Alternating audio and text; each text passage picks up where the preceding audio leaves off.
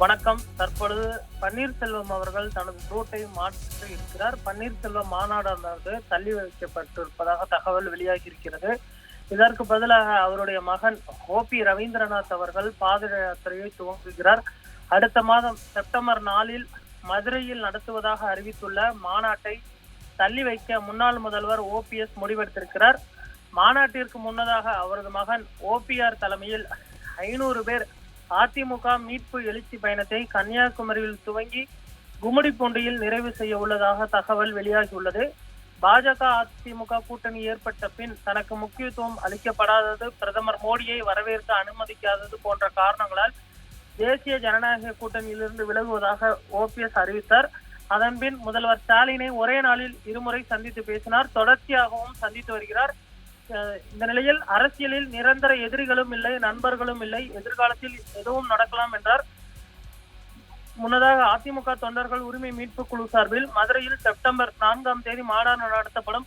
அது அரசியல் வரலாற்றில் பதிவு செய்யப்படும் மாநாடாக அமையும் என பன்னீர்செல்வம் அவர்கள் அறிவித்திருந்தார்.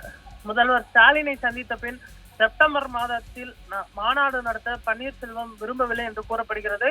திமுகவின் முப்பெரும் விழா செப்டம்பர் மாதத்தில் நடக்க உள்ளது. எனவே அடுத்த ஆண்டு பிப்ரவரி 24 முன்னாள் முதல்வர் ஜெயலலிதா பிறந்தநாள் அன்று மாநாடு நடத்தி தேர்தல் கூட்டணி முடிவை அறிவிக்கலாம் என ஓபிஎஸ் ஆதரவாளர்கள் கூட்டத்தில் முடிவெடுக்கப்பட்டுள்ளது. அதே நேரம் அதிமுகவை தீய சக்திகளிடமிருந்து மீட்கும் பாத யாத்திரையை துவங்க பன்னீர்செல்வத்தின் மகனும் முன்னாள் எம்பியுமான ரவீந்திரநாத் திட்டமிட்டுள்ளார்.